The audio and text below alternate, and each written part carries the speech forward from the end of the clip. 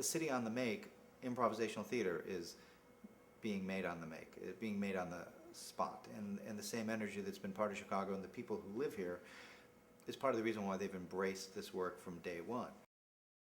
I had the, I would say, privilege or the opportunity once of doing a film in the wildest part of Irian Jaya, New Guinea. And that's the old Netherlands, New Guinea, which was, very, very primitive. And living for almost a month with these people who were headhunters. They were really very nice people, despite the fact that they ritually took heads. And there was a chance to observe their rituals. And they improvise. I think improvisation in the culture has always been important. And it started, of course, in the 5th century BC with the Greek harvest rituals. Even while Aeschylus and Sophocles were writing their plays, there were people improvising in the streets. The actual theater, the written theater, has hardly ever existed. 83 years in Greece, 150 years in the Renaissance, bit in the Middle Ages, late 19th century. In the last 2,500 years, we've had 200 or 300 years when people have been writing plays that have endured and where you had a living theater. But meanwhile, you had the improvisers who started in Greece, Commedia dell'arte in Italy, circus, burlesque. All of that was another substream of comedy. So you had the written comedy, which waxed and waned, and you had the improvised comedy, which went unbroken for 2,500 years. And so when you're improvising today, you are representing a tradition that's 2,500 years old, and you better remember it.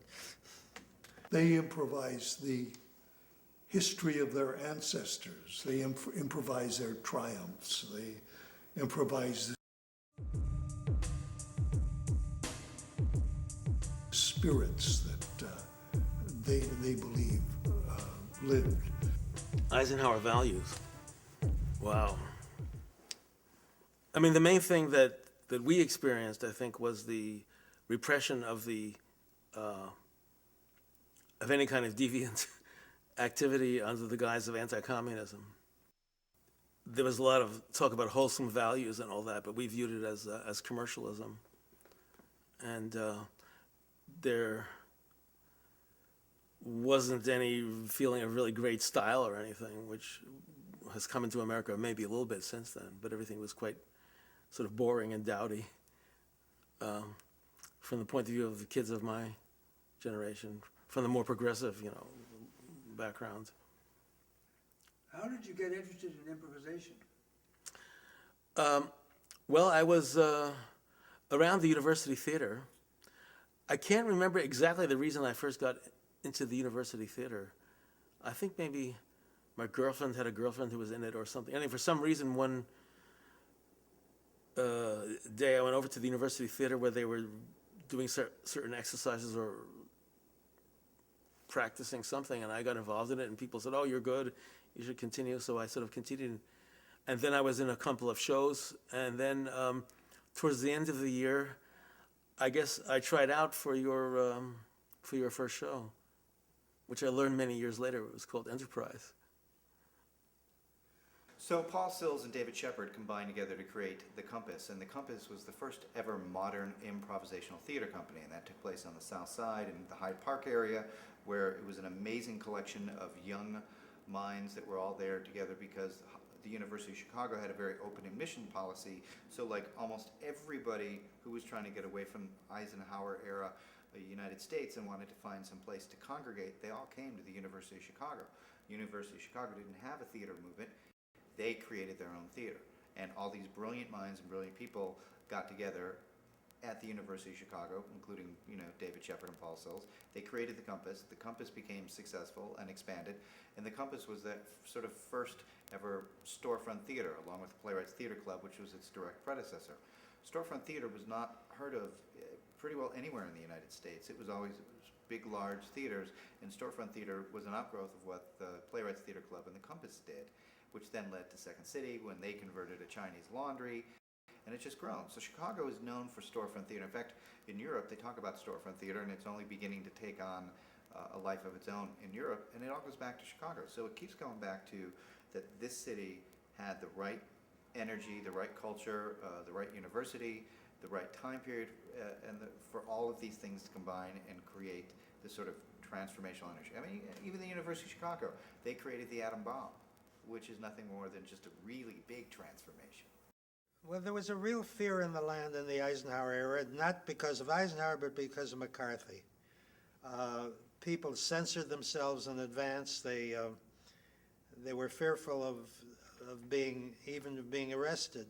So they did this. They took the safe journey, and that was into domestic jokes, family jokes, ethnic jokes, but not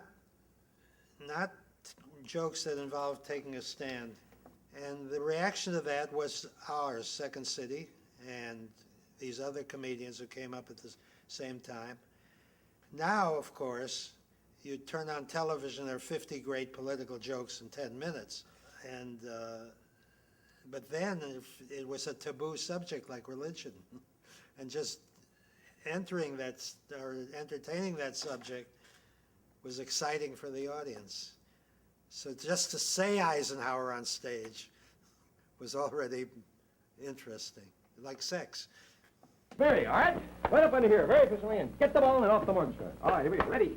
Singles. 1, 2, 3, hike. Drive in there, Pam. Drive, drive. Keep your head down, Pam. Pam, look at the ball. Look at the ball, Pam. Pam, get in there. Drive. You can just... Oh, for God's sake, what's the matter with you? I hardly know him. Oh, Chuck. Oh, this is ridiculous. I never heard anything like this, man. I'm getting out. I'm going back to Michigan. It just, the theater lent itself to what they were doing.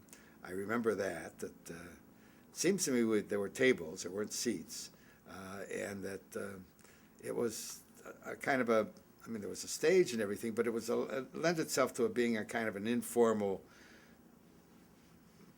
milieu, and it just seemed made to order for what they were doing. When I walked into the Compass, it had a mystery about it. It had something special before the show ever started. It was small stage, and I don't know how big the audience was. It wasn't very big. At least I remember that it wasn't. And the music was wonderful. I mean, really caught the feeling of the place. And you became part of it. And when the show started, you were part of it.